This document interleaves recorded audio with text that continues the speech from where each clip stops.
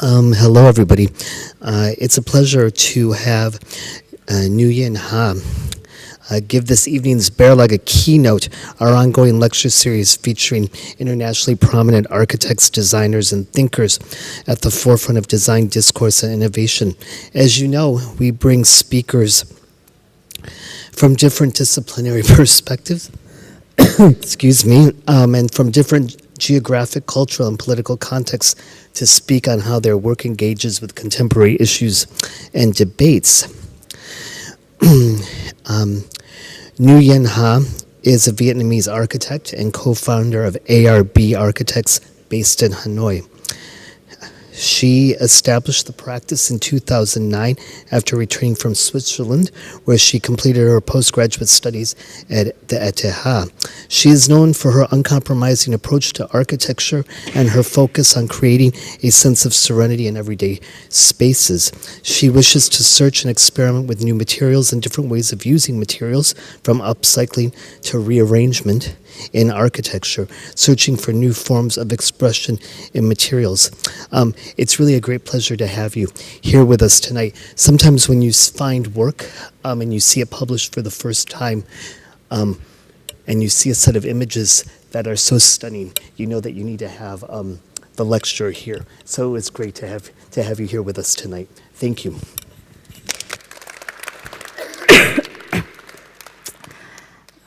Thank you, Solomon, for a wonderful invitation. I'm very glad to be here tonight.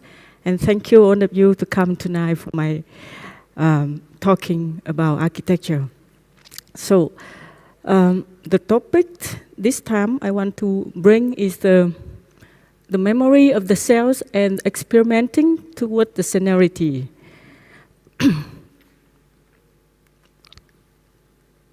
It doesn't work.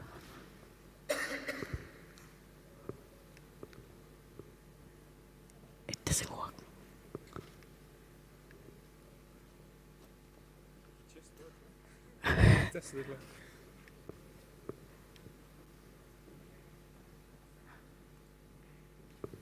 Yes.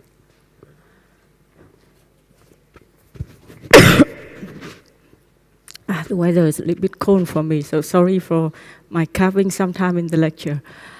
So I think everybody practice architecture have their own thinking of what the architecture means. To me, architecture should be a space to support people to develop their own spiritual sensibility. And only one can renounce to search everything outside and turn it inner. Then one can reach the spiritual secrets. And when the architecture space creates a real sense of solitude, the person who living and staying there probably will have tendency to look inside themselves. The secret, I mean, here is not only in the church or the temple or the pagoda. It could be all around us, in own shape and size. So, how to reach the secret? In my experience, I think it comes from two ways. It's coexist in two ways. I call it the memory of the cell. It's the DAN inside when you're born. Already, it's belong to the land, belong to the community you belong to. And I call it's a cultural signal. It's about the collectivity. And there's one more way, it's very individual. And it's the way I complying the cultural signal to my individual experience. So first I'm talking about the cultural signal of my country, of my land. There's a 3 points I pick up. It's a femininity in the religious belief and the folk art. The second one is the shadow and the darkness. And the last one, I'm talking about the craftsmanship. But for the first, for the religious belief, in this screen, it's a It's a history of the religious worship from the BC to present to now today. And it's I met together with one of my friends. He's a scholar, he's a researcher. As you see,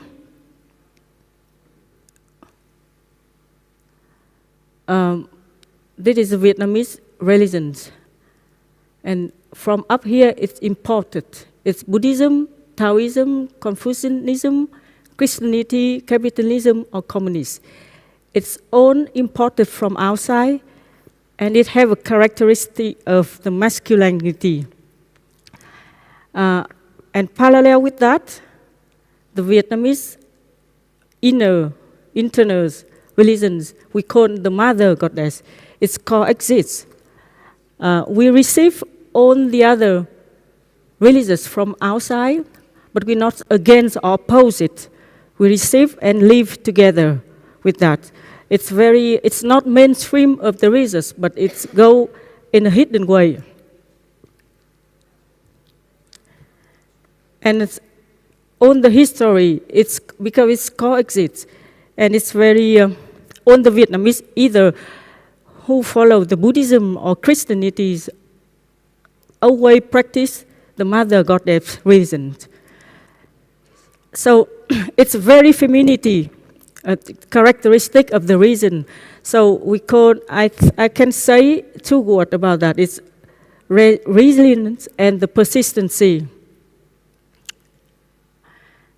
And about the folk acts, it's the same. On the man performance in the religions is always performing, have a tendency to performing the female figures.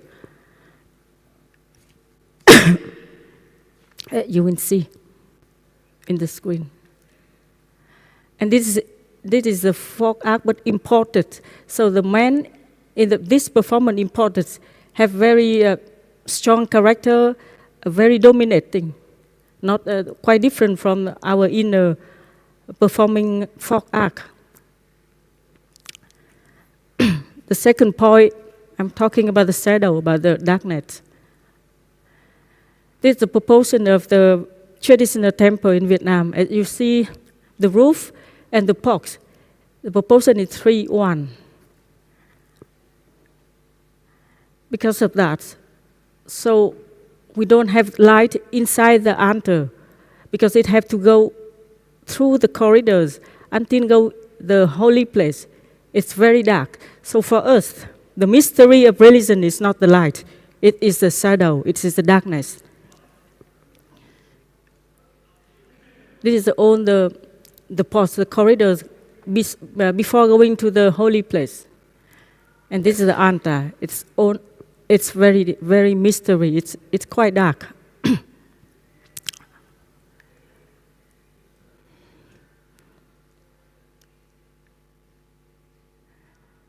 And the third point, I'm talking about the craftsmanship.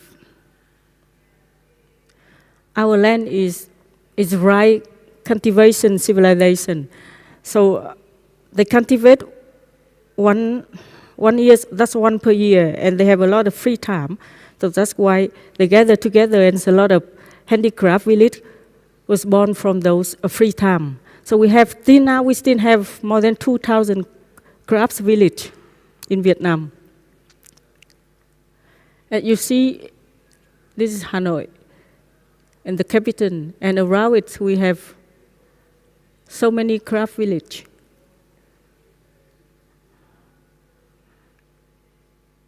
And it is sketches from the French colonized period. There's a student to go around and sketch a lot of the handicraft village.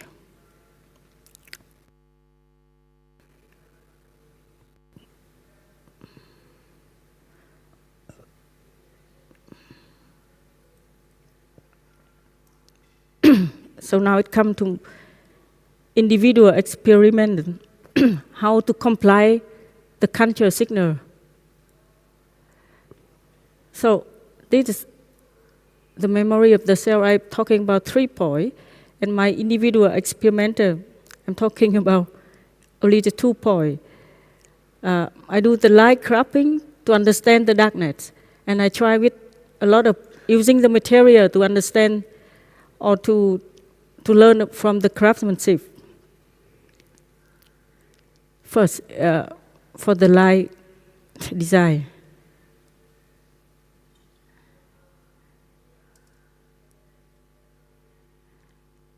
This is the first exhibition of the light design I made in, I think, 4 years ago.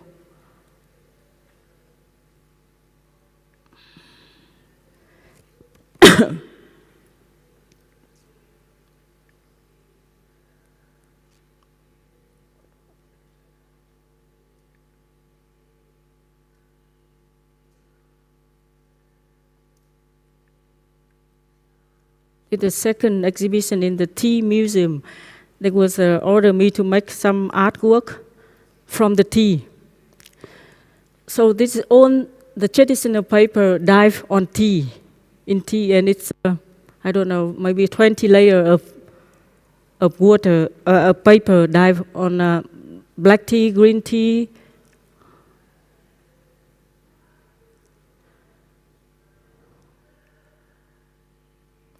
This is another way of trying the material. Before you, sorry, that you will see maybe 10 or 15 layer on this try. At the next try, I try with 100 layers of paper.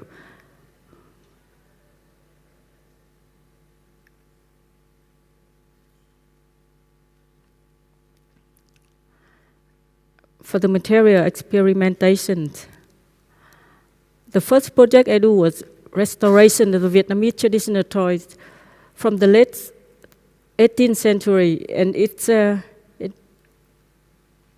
from the bamboo, fabric, and paper. We work with some artisans and our architects in the office.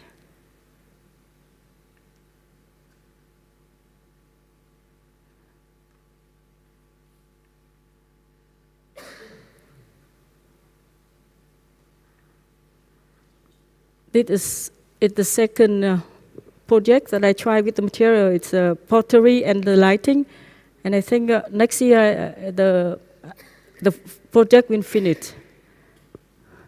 So first we create the form of the pottery, and then I'm trying to work with the lighting later. This is the very first process of making the form of the light.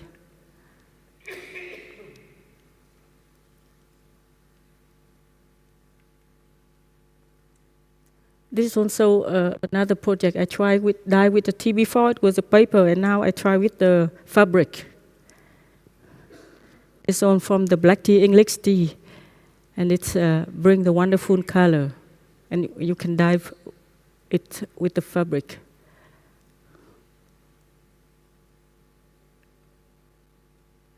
And how the light can bring through the fabric with the tea dye.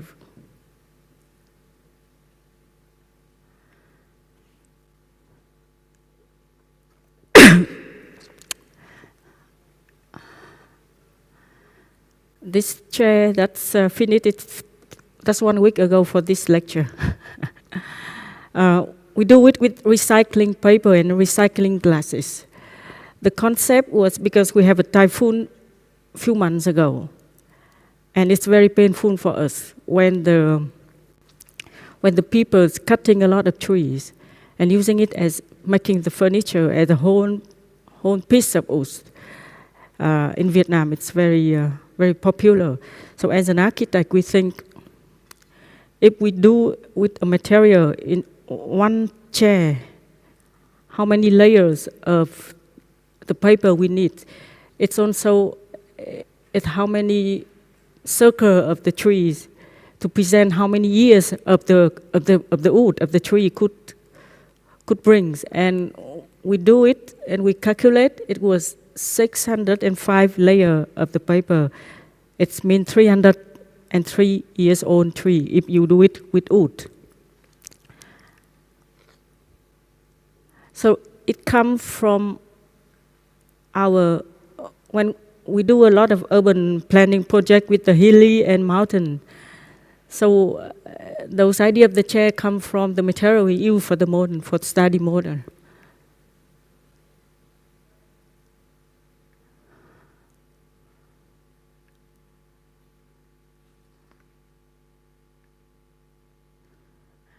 So when I try with many different materials, I realize one tendency is that I always want to put the material in extremity.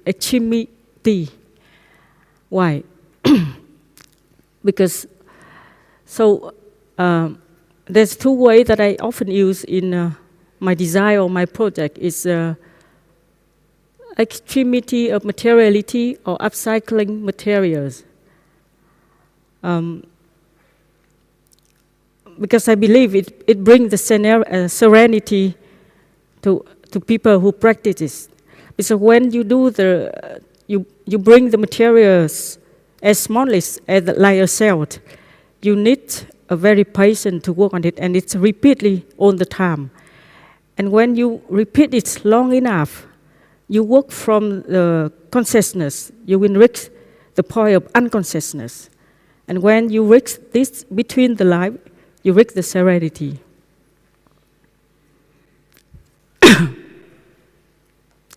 So the tendencies I always want to make a paper in very small pieces.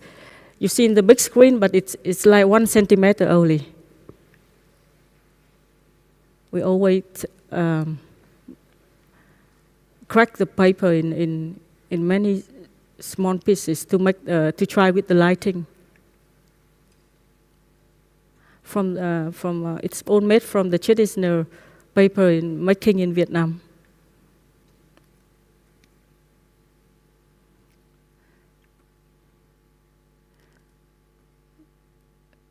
This bit's only half of the centimeter, and this lamp needs 5,000 pieces to finish the lamp. So let's go very quickly again on the material I used to. This is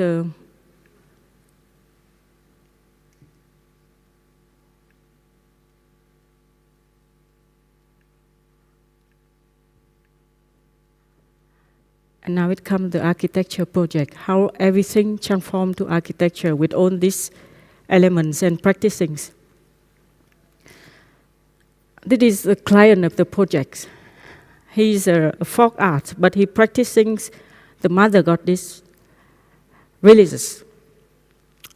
And he got a lot of luck from the life, so he believed the god bring him luck, so he wanted to build a temple and a museum to thank to the god. So in this project, I can talk about 3 different points about the respectful from the side, from the existing situation. We're talking about the craftsmanship and sacredness.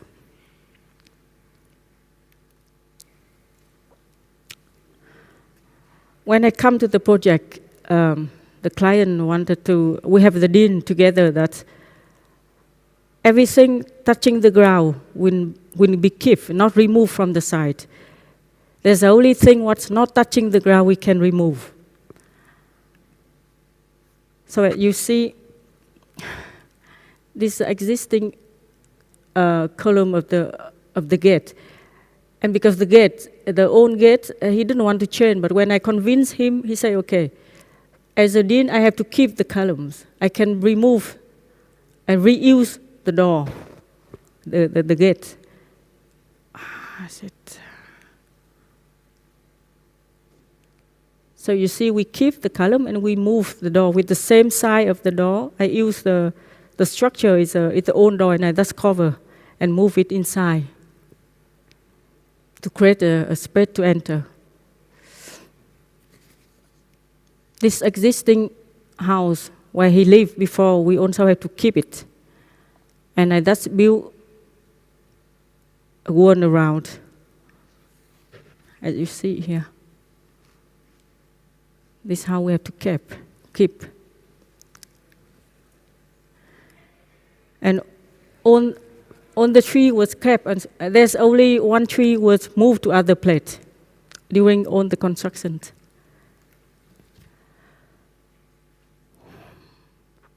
For the craftsmanship, it is it's a little bit crazy idea. When I suggest him to use the old tie, so we need 3 years to collect it first, because with the urbanize, the village around, the people destroy their traditional house and rebuild it with beton and new materials, and they threw out the tie, the roof ties. So I asked him whenever he hear or he saw the house destroyed, he can come and ask for free. So it needs almost 3 years to collect enough ties to start the project, and we collect from 500 houses. This.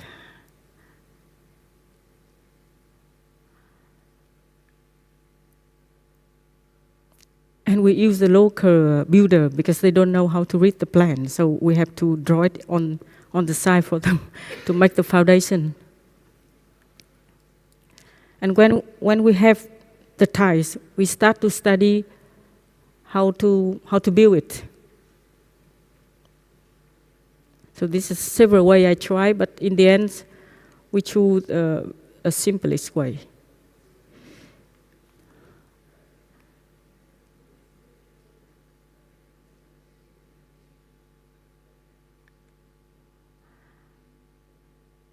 During the construction or transportation, there's a lot of brick, the leftover from what left from the tile, so we use it to put it in the garden.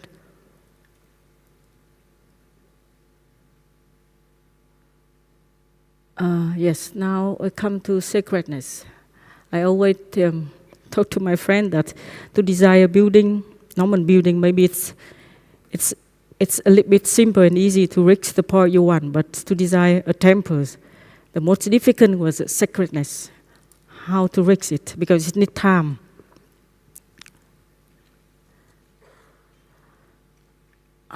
So when I come to the site at first, I already saw the sacredness of the garden, of the existing landscape. Those lychee, it's about 100 years lychee, 50 to 100 years lychees. And when the trees live long enough, I believe there's already the serenity and the sacredness already in the garden. So actually the architecture work now is quite easy. You do everything as a background for the garden because the sacredness already there in the garden. So, sorry, I come back. So this is existing,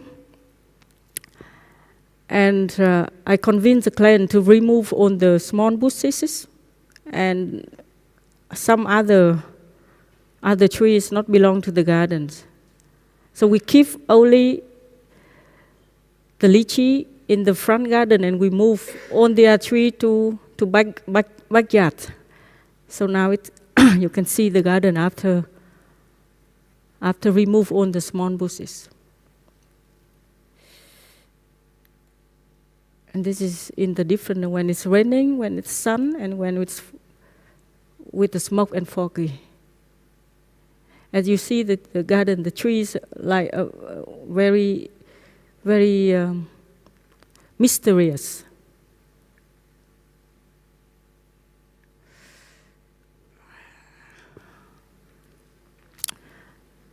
So this is the way how I get the light into the temple. I think I learned it from the traditional way of taking the light, indirect light. So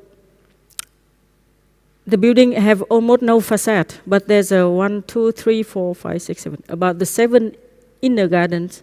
So we get the light through the inner gardens and reflecting through the ambulatories and go inside the space. So this is on the inner garden that the light come and then reflect it into the corridors. This is corridors around the holy place. This is a whole project. This is existing gardens, lychee garden that I want to keep, and I put on the building footprint backyard.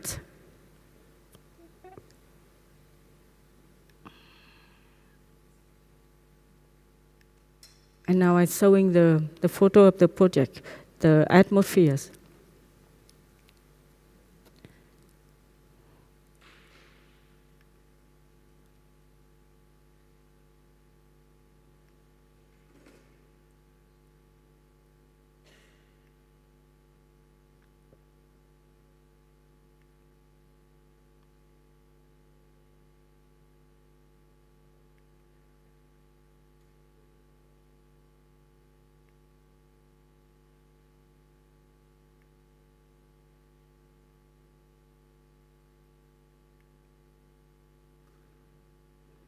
This is in the night.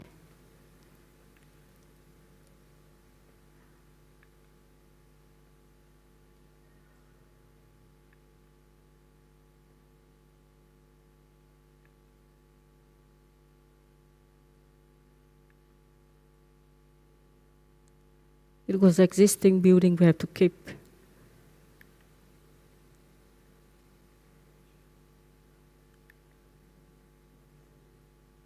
Now he's the answer. He's praying. Now it's come to the video.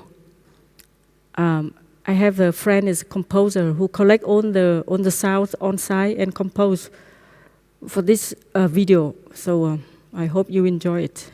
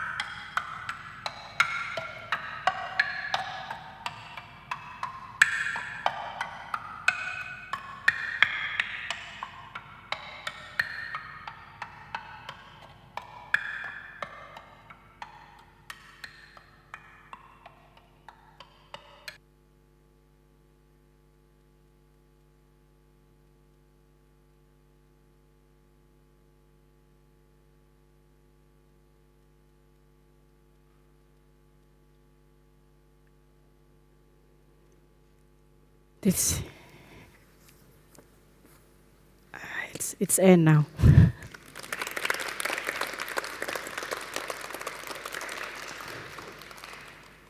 Thank you for the patience. Thank you very much. Some questions.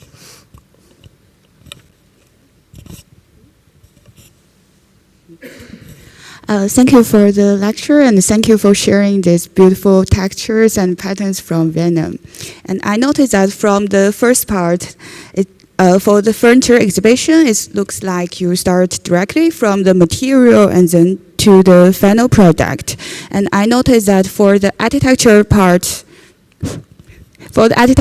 it's like I can like feel a lot of like the collective memories. So I'm thinking that it also looks like you start from the material and you have a lot of analyze and experiment to have a small part of the experimental sample or a very like successful part. So I'm really curious at how could you apply this small sample to a large scaled architecture, and maybe can you also tell us more like how what is your typical working process in your studio? Yeah, thank you. Thank you. It's come from a little bit of my way of practice architecture. For 15 years, I almost have no project to build. I design a lot of projects, but not many clients wanted to build it or understand it. So I parallel with that, I said, okay, I keep going with trying different material and different shape and thing to practice in architecture. And when the chance come, so this museum and temple is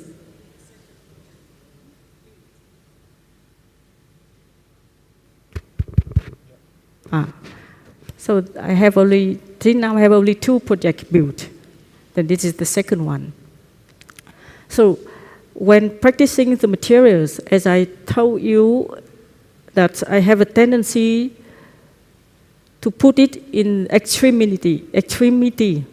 So when you see when the architecture project come, all the tiles have, I put it as a fractal of the materials. And for me, it's bring the serenity, because the way you work on it, you need so much time and persistency. And people who practicing or builder also reach the serenity when they are working on it. So the way I practicing with the material is the way I searching for serenity. Thank you. Thank you for your lecture. My question is very much related to Yingxin's question. So, and what you just answered a bit, but I just wanted to ask, is serenity also included in the process of designing and constructing your projects? Yes. It's, I think, you reach it when you practice and you're doing it. You're reaching the serenity when you're doing it, more than that when the results come. The result come is something else, but when you're doing it and you practice it, you can feel it, you can reach, you can touch the serenity. That's what this is not only me who have the result to reach it. I want everybody who practice or doing the project could reach the sense of spiritual sensibility also. Thank you.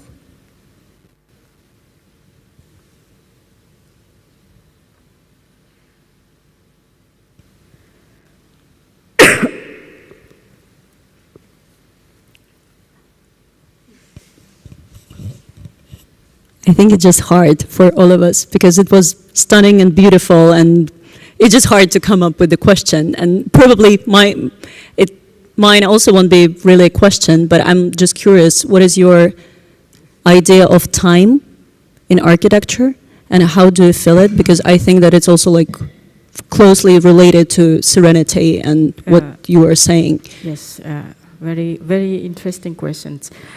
As I say, when I desire a secret building need time. Because in the temple, in the pagoda, in the church, you always need time when the building gets old and it's bring the sacredness easily. But when you build a new building, how to reach it, it's very difficult. That's why when I got the topics that the temple and the museum, I'm not so self-confident. But when I see the site with the trees already there for 100 years, I know that the sacredness is there. And the temples in Vietnam, traditional temples, it's already 100 or a few hundred years also. So the way I collect the already used materials like the tiles, it can bring right away the sacredness and sonorities, as I think. So recycling, upcycling could bring that as well. Thank you. And maybe just to follow,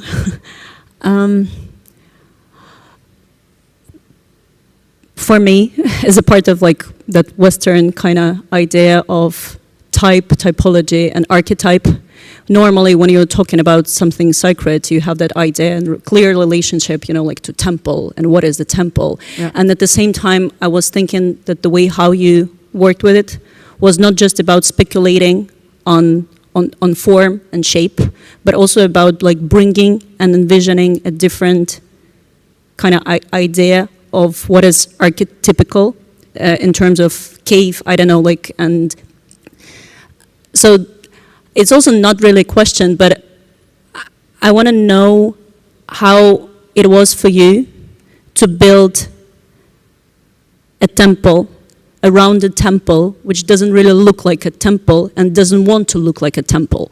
Yeah, you're right. I don't work with form. Normally, the form doesn't come at the first as an idea. And during this project, the client who cannot read the drawing, he couldn't understand it's a circle or it's a rectangle or it is a triangle. Until when it's built up, he said, "Oh, I don't like this shape, and I have to change." So for the first, I'm very angry, but I say, okay, architects should not belong or depend on the form. If you are a good architect, you draw a circle or rectangle or triangle. If you are good, you do any shape good. You don't need to depend on it. So I have to compromise with him and say, okay, if you don't like the circle, I change it to triangles. So the form is not important.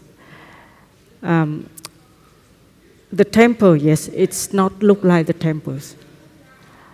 Because when he come to me and I said, listen, I will not desire a traditional temple.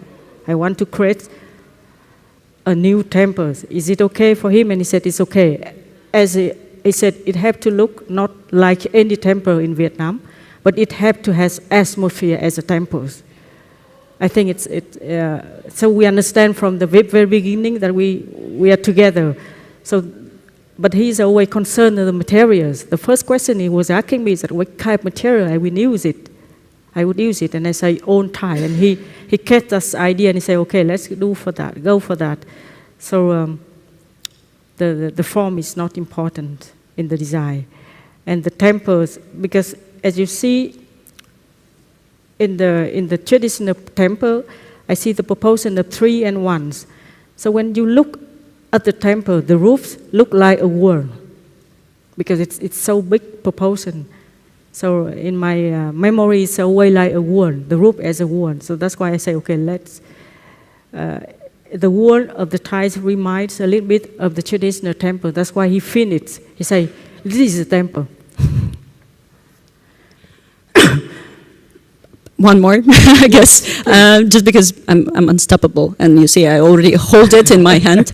I'm also very curious about that craftsman aspect, because when you had to draw everything on the ground floor in order to make everything kind of approachable, I wanted to know like how you felt at that moment, because I would say that you're also not just an architect, but also you're somehow a craftsman in that case. And I was thinking how those people actually reacted on the final result, not just the client, but also what was their reaction, because that's the way how you kind of, through the critical thinking, envision their work, and how did they appreciate did they appreciate that aspect? What they said about it? Like, did You mean the builder? Or- yes. At first, they come and they look at all the time. They say, "What a damn it is! We are not going to build with this every small pieces." They say, but so the client have to pay by hours, not because they cannot calculate how much it costs for building a wall. So the client say, "Okay, you build it, and I calculate the hour and pay." So they're happy because they want to pay by hour. So after 1 meter, 2 meter, when it's the wall finished at 3 meter, they look and they say, "Oh, this is unusual. And they never did it before," and they are very happy. So they said, "Oh, even the throughout the not use the material like the tiles can make a beautiful project." So they tell the neighbors that if there's more tile, they can collect and give to the client. So the builder is happy, very happy after they see the result. Thank you.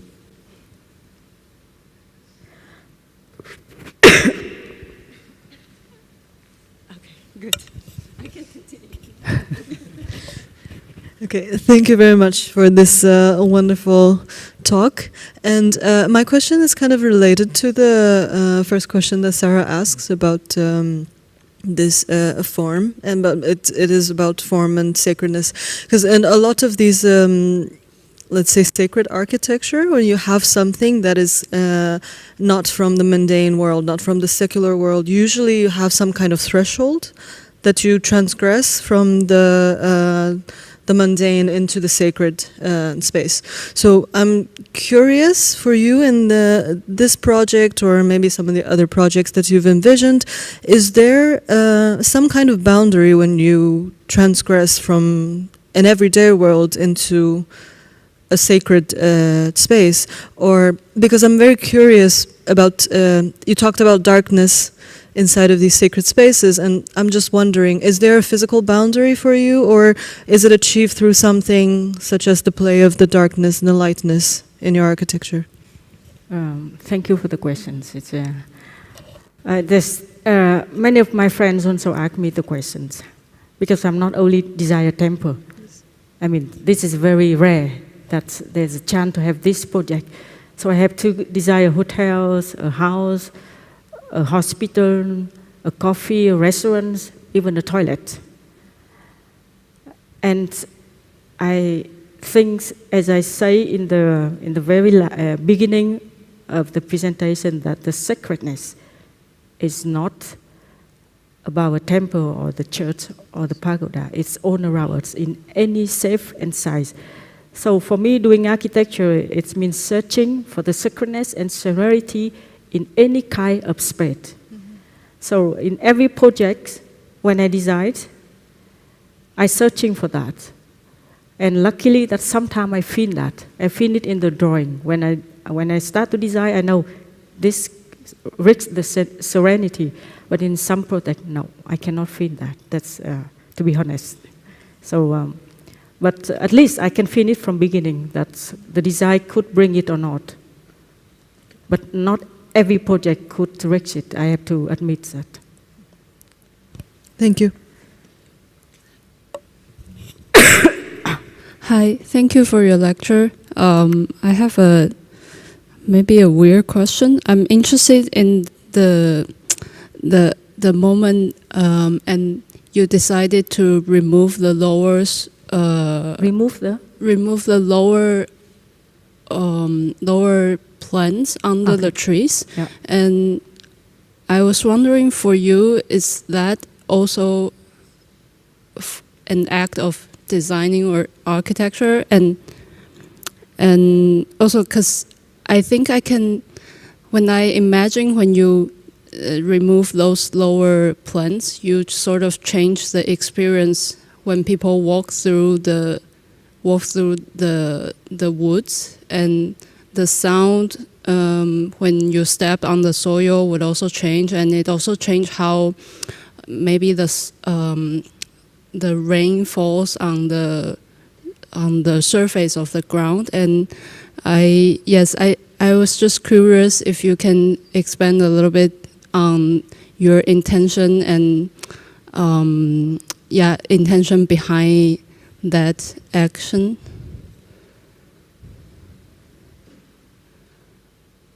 Yes, I come with the photo. So Yeah.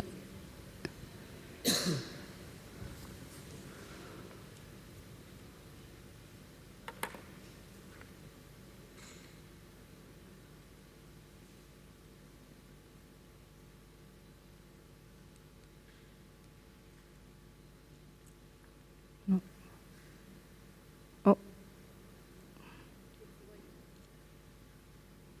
it's here. No.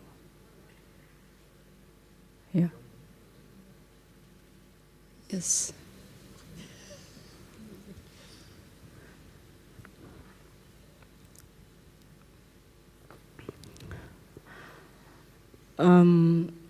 Yes, I remove all the small bushes and put it in the backyard garden. I didn't remove all the tree. I didn't throw out all the tree. I just remove it to rearrangement the trees, not to destroy or to remove out of the site, because as a searching the scenery as simple as possible. If you have so many things on the appearance, you don't feel it. That's why I said, okay, we have to rearrangement.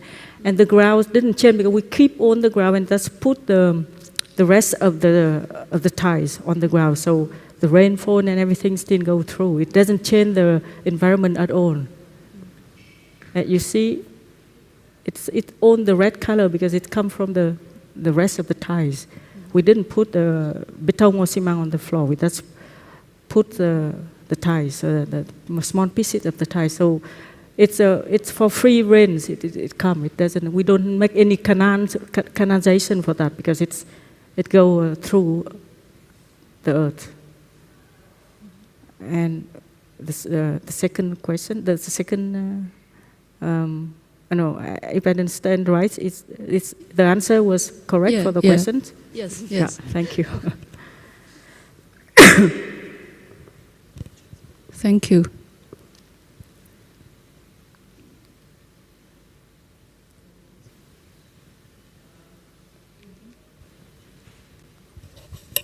Thank you very much for.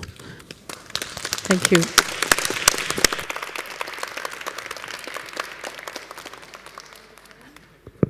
So, can I give?